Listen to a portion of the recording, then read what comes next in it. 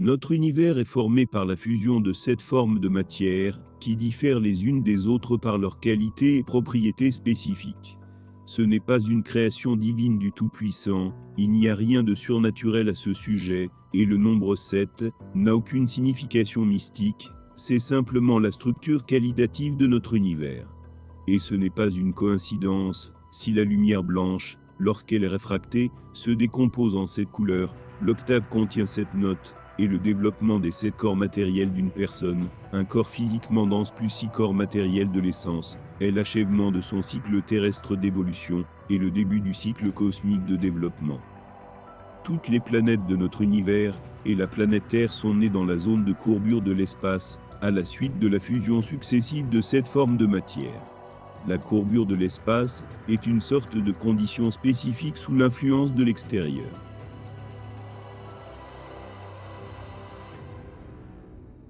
La planète Terre est composée de 6 sphères matérielles, l'une à l'intérieur de l'autre. Ces sphères sont un système unique, et ne peuvent exister l'une sans l'autre. Par conséquent, lorsque l'on considère les processus qui se produisent au niveau physique, il est nécessaire de se rappeler qu'il ne s'agit que de la pointe visible de l'iceberg, qui est la planète.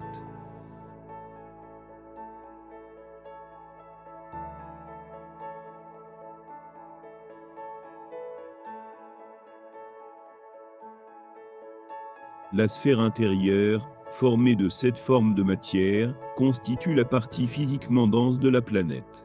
Les astrophysiciens appellent cette matière baryonique.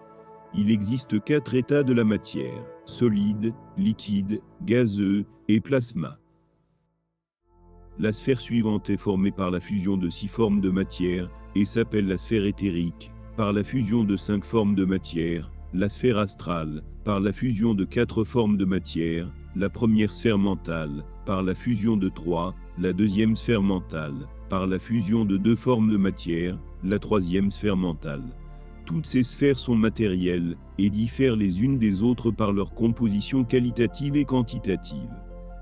Les sphères de la Terre, invisibles à l'œil nu et aux instruments modernes, ne sont pas formées de la matière baryonique physiquement dense, familière à la plupart, mais sont constituées de ce qu'on appelle la matière noire, qui représente 90% de la matière de l'univers entier. La matière noire de notre univers est formée de 7 matières primaires, chacune différente en qualité et en propriété, à partir desquelles, lorsqu'elles fusionnent, surgit une substance physiquement dense, qui nous est familière à tous par la sensation. De plus, la matière noire est la base de la conscience et de la pensée. C'est d'elle que se compose l'essence, c'est-à-dire l'âme de la personne elle-même, et l'essence de tous les êtres vivants. Pour une meilleure compréhension, la matière primaire est constituée de photons et de particules magnétiques.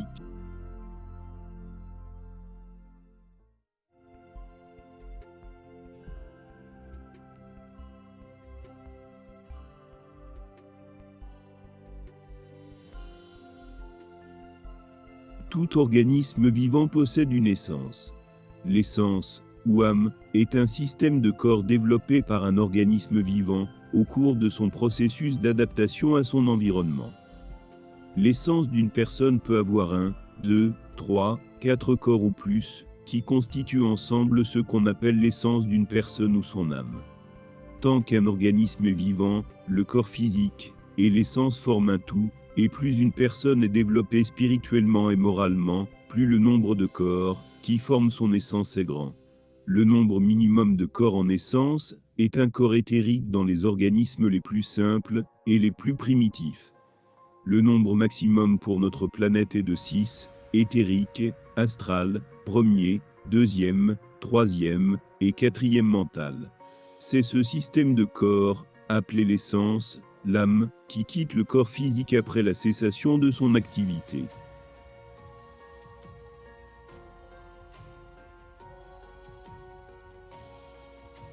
L'essence ou l'entité, ayant quitté le corps physique, est capable de penser, de raisonner, de ressentir, et tout cela se passe en dehors du corps physique. Qu'il s'agisse d'une entité constituée d'un seul corps, ou même d'une centaine, la sortie de l'entité du corps physique se produit avec tous les corps à la fois, et ils ne sont jamais séparés. les corps physiques, éthériques, astral et premier mental de l'organisme constituent un seul complexe, qui est un organisme vivant, une matière vivante, la vie.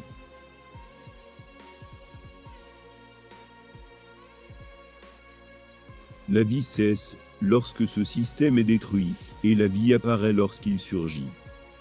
Une place particulière dans ce système vivant est occupée par les cellules nerveuses, ou plus précisément, le centre nerveux, le cerveau. Les cellules nerveuses occupent une position dominante dans un organisme multicellulaire, elles influencent et contrôlent les fonctions de tous les autres types de cellules. Chaque neurone en particulier, et le cerveau dans son ensemble de tout organisme multicellulaire génère des champs, appelons les champs psi, qui contrôlent toutes les fonctions de l'organisme.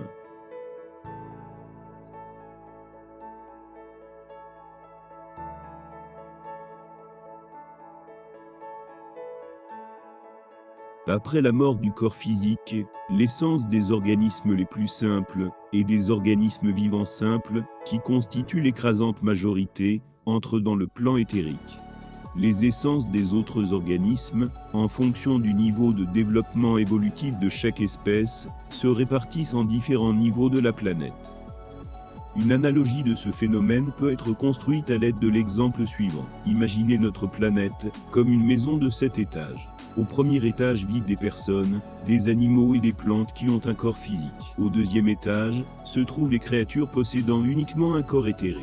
Au troisième étage, se trouvent les créatures possédant un corps éthéré et astral. Au quatrième niveau, les corps éthériques, astral et mental. Au cinquième niveau, les corps éthériques, astral, mental premier et mental second. Au sixième, se trouvent les corps éthériques, astral et les 3 corps mentaux. Et le septième, les corps éthériques, astral et les 4 corps mentaux.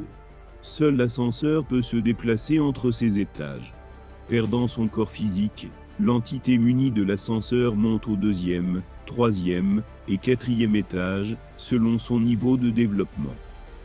L'essence d'une personne ou de son âme s'élève à son niveau par le canal, qui surgit au moment de la mort, qui dépend du développement évolutif de l'essence.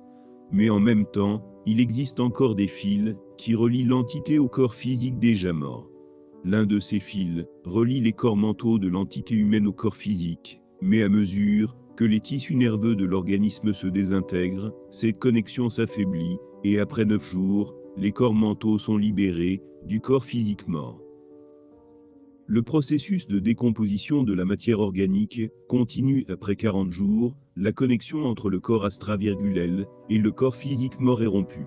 Et ce n'est qu'après 1 an, lorsque la décomposition des dernières inclusions organiques dans le tissu osseux est terminée, que la connexion entre le corps éthérique de l'entité et les restes du corps physique mort est rompue. Ce n'est qu'après cela que l'essence ou l'entité est complètement libérée de la captivité du corps physique mort. De nombreux peuples de l'Antiquité, et certains le font encore aujourd'hui, incinèrent leurs morts. Cette coutume n'est pas apparue par hasard, et a une signification profonde. Lorsqu'elle est brûlée, toute la matière organique est complètement décomposée, et l'essence d'une personne décédée est libérée de sa coquille morte immédiatement, et non après 1 an. Ne souillez pas, et n'empoisonnez pas la terre sainte eau de vos ancêtres avec la désagrégation humaine, en enterrant vos proches morts dans des fosses terrestres, comme le font les païens. Ouvrez le bûcher funéraire, et les bateaux spacieux pour vos proches décédés, reliant tous vos défunts au feu sacré pur. Parole de sagesse du mage Velimudra. Nos sages ancêtres, des Slaves et des Ariens, savaient très bien ce qui arrive à l'essence de l'homme, et de tous les êtres vivants, et dans la Russie pré-chrétienne, ils effectuaient des enterrements, selon les traditions védiques, et les connaissances anciennes. Tous les morts devaient être brûlés, afin que l'âme du défunt puisse monter au monde céleste, à l'aide d'un bûcher funéraire spécial. Si une personne meurt d'une mort violente, son essence ne complète pas le cycle d'évolution dans le corps physique. Dans une telle mort, l'essence passe souvent à un niveau inférieur que lorsque la mort survient de cause naturelle. En cas de mort violente, l'amplitude de la poussée d'énergie est plus faible et le canal est moins stable. Si une personne se suicide, son essence ne peut pas dépasser le niveau éthérique et devient très souvent de la nourriture pour les animaux éthériques et astraux.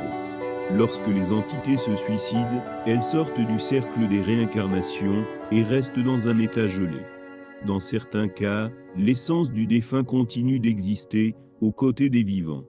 Parfois, de telles entités se manifestent dans divers phénomènes de poltergeist qui restent encore un mystère pour la science moderne.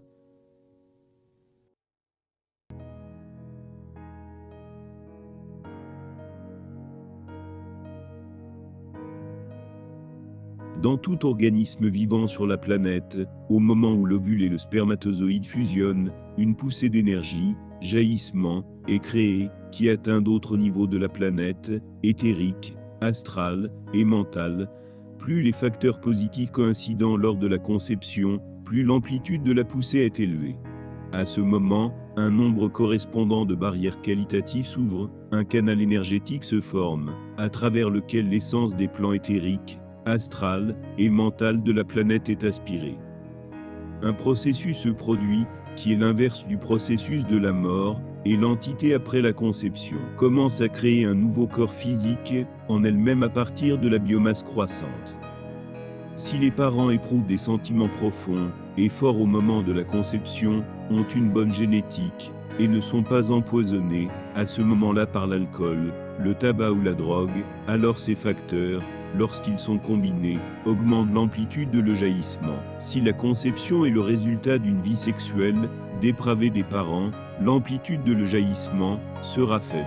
Les drogues, l'alcool, la nicotine et d'autres poisons présents dans le corps créent un puissant champ négatif qui réprime le jaillissement. Si les organismes des parents ont été exposés à ces poisons pendant une longue période, alors le jaillissement à la conception est si faible qu'elle ne peut atteindre que le niveau éthérique. Dans ce cas, l'essence même d'un faible niveau de développement est incarnée. Il est possible que l'enfant né soit handicapé mental. La santé de l'enfant dépend également du premier homme qu'une femme a eu et de tous les hommes qu'elle a eus avant la conception. Il s'agit de la science de la télégonie qui stipule que la progéniture d'une femelle est influencée par tous ses partenaires sexuels précédents et en particulier par le premier. C'est lui qui a détruit virginité et non le futur père de l'enfant qui constitue le patrimoine génétique de la progéniture de chaque femme. Si une femme a des rapports sexuels avec plusieurs hommes et que le sperme ou la salive d'un homme ou un simple baiser bouche à bouche pénètre dans le corps de la femme par quelque moyen que ce soit, une interaction de l'âne et de l'arme masculin et féminin se produit.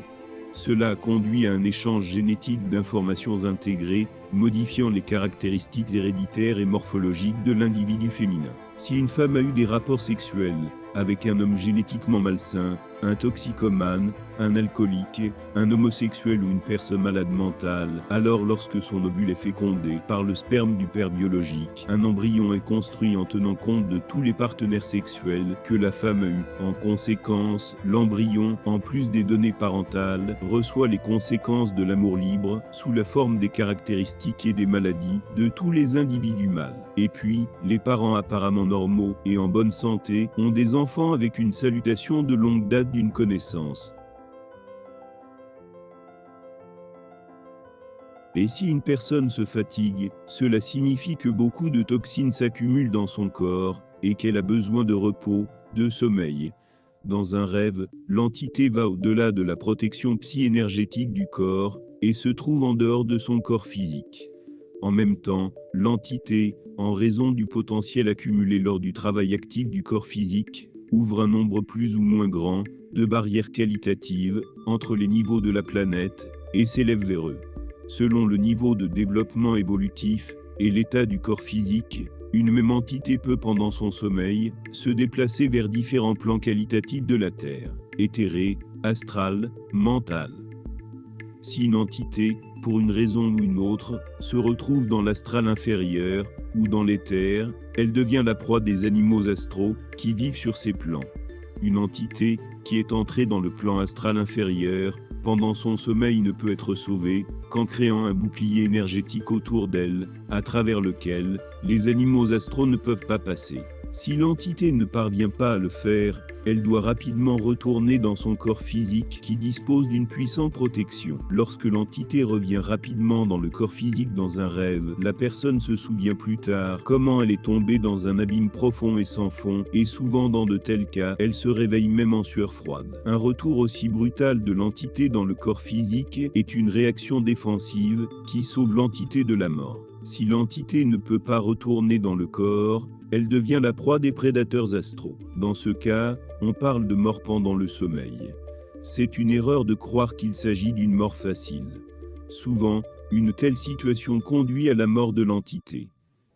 Le corps humain, son cerveau, possède deux modes de fonctionnement. Un état d'éveil dans lequel le corps physique et les corps de l'entité sont en interaction étroite et active. Dans le même temps, les biopotentiels du cerveau changent rapidement et présentent souvent une grande amplitude de changement. Un mode de sommeil dans lequel l'entité va au-delà de la protection énergétique du corps. Dans le même temps, l'activité des neurones diminue fortement, ce qui entraîne des changements plus lents dans les biopotentiels du cerveau. Lorsqu'une personne s'endort, elle ne peut pas s'éteindre instantanément, ni passer brusquement d'un mode de fonctionnement à un autre. Et pour préparer l'entité à la sortie, tous les systèmes du corps physique ont besoin d'un certain temps, donc quelques temps. Le cerveau fonctionne encore dans le mode d'activité qui était avant le sommeil. Commence alors la phase dite de sommeil rapide, celle de l'endormissement. Le cerveau restructure alors son mode de fonctionnement, permettant à l'essence de dépasser la protection énergétique du corps physique. Le taux de changement des biopotentiels cérébraux diminue naturellement et la deuxième phase du sommeil commence. Au fur et à mesure que l'entité quitte le corps,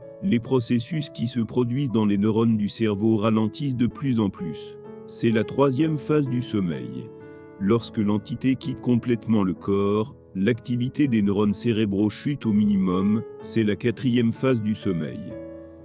Avant l'éveil, lorsque l'entité commence à retourner dans son corps, le cerveau s'active brusquement, la phase d'éveil, après laquelle il passe successivement à des états, comme lorsque l'entité sort, mais dans l'ordre inverse.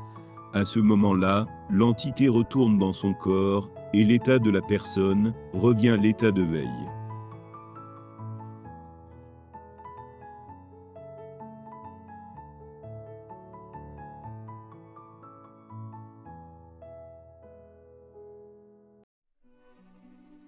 Malheureusement, les forces obscures présentes sur notre planète, depuis très longtemps ont trouvé un moyen de bloquer les essences de haut niveau. Au début, les porteurs de la génétique alpha, ou comme il est écrit à propos de ces personnes dans l'Ancien Testament, les gens forts des nations, ont été contraints d'accepter l'idée du célibat et du service d'un dieu étranger dans les ordres militaires. De plus, la plupart d'entre eux n'avaient pas d'enfants et leurs essences supérieures étaient condamnées à la captivité évolutive en raison de leur présence éternelle à proximité de leur corps mort. Les chevaliers morts étaient enterrés dans des cryptes en pierre ou des sacs en pierre. Leur corps ne se décomposait pas, et les entités ne pouvaient pas se libérer du corps déjà mort et aller au niveau planétaire approprié, afin de renaître ensuite. Ils sont devenus prisonniers éternels de ces sarcophages en pierre, et en conséquence, de nombreux milliers d'entités de niveau de développement élevé sont tombées hors du cycle.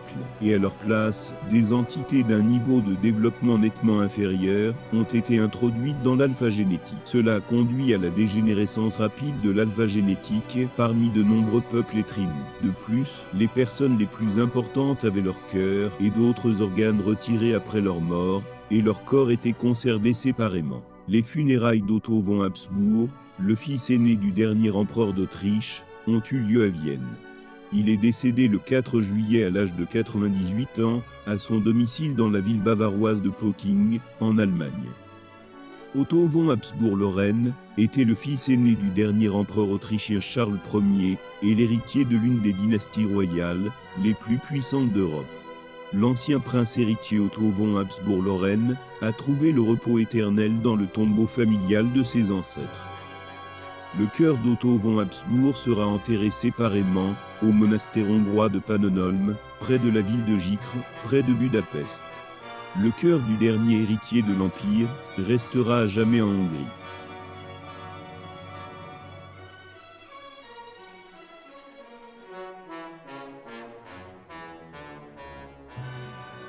Le fait que le cœur d'Otto von Habsbourg ait été extrait et enterré séparément de son corps selon la tradition familiale, est un rituel de magie noire, à l'aide duquel de nombreuses générations de descendants de ces personnes sont condamnés à un affaiblissement non seulement de leur santé générale, mais aussi de l'organe spécifique, qui a été extrait de leur ancêtre avant l'enterrement.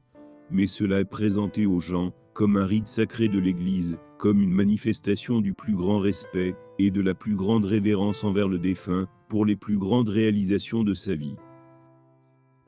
À la suite d'un tel rite sacré, tous les porteurs de cette génétique et leurs descendants ont eu un cœur faible et une vulnérabilité accrue, des organes précis qui avaient été retirés de l'ancêtre lointain.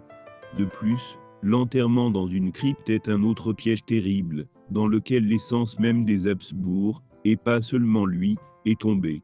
Dans de telles cryptes, les corps ne se décomposent pas avant très longtemps, et l'essence, ou l'âme, d'une personne ne peut se réincarner à l'infini. Dans la lore de Kiev-Petchersk, située à Kiev, des reliques ont été conservées dans un système de grottes, les restes de moines décédés, que les prêtres ont ensuite commencé à appeler saints. Car jusqu'à nos jours, les crânes et les os de ces saints sécrètent un liquide que les moines considèrent comme curatif. La composition chimique des eaux souterraines a créé les conditions propices à l'immunisation naturelle des corps. Les flux d'énergie qui imprègnent le territoire de ce monastère ont créé des conditions dans lesquelles les cellules du tissu osseux sont restées vivantes et ont continué à sécréter leurs sécrétions. Dans ce cas, les entités restent attachées au reste du corps physique et ne peuvent pas aller vers d'autres niveaux de la planète. Tant que le tissu organique demeure, l'entité reste attachée à la coquille physique morte. Et ce n'est que lorsque les derniers composés organiques du corps physique mort se désintègrent que l'entité est complètement libérée et prête pour une évolution ultérieure. Lorsque les corps éthériques, astral et mental cessent d'être compatibles avec le corps physique, la mort survient.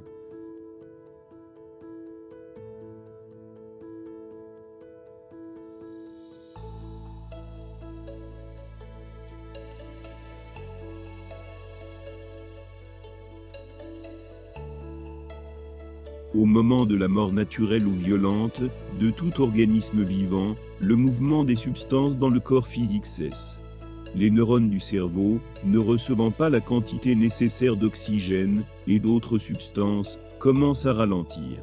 L'activité cérébrale et les biopotentiels commencent à décliner rapidement, tous les processus du corps humain s'arrêtent, et, dans les 2-3 premières minutes maximum après la mort, le champ psy, protecteur du corps physique s'affaiblit et commence à s'effondrer. Lorsqu'elle est détruite, tout le potentiel accumulé par l'organisme est soudainement libéré, et une poussée, jaillissement d'énergie se produit, qui ouvre pendant un certain temps les barrières qualitatives entre les niveaux de la planète, les sphères matérielles. Un canal énergétique se forme, à travers lequel l'essence ou l'âme d'une personne commence à s'élever au niveau planétaire, qui correspond au niveau évolutif de l'essence. De nombreuses personnes ayant vécu un état de mort clinique ont vu un canal lumineux dans lequel elles ont commencé à être attirées, mais pour une raison ou une autre, elles sont revenues à la vie. Au moment de la mort clinique, l'essence d'une personne commence à quitter le corps. En même temps, l'essence d'une personne continue de voir et d'entendre tout ce qui se passe autour d'elle, car au début une personne, ou plutôt son essence, ne comprend pas pourquoi ceux qui l'entourent ne l'entendent pas ou ne le voient pas, alors qu'ils voient et entendent tout le monde. Si les médecins parviennent à ramener le corps physique à une activité au moins minimale, le travail du cerveau est activé et la coquille énergétique du corps est restaurée. L'essence commence à pénétrer dans le corps, comme si elle se réveillait du sommeil, et la personne revient à la vie.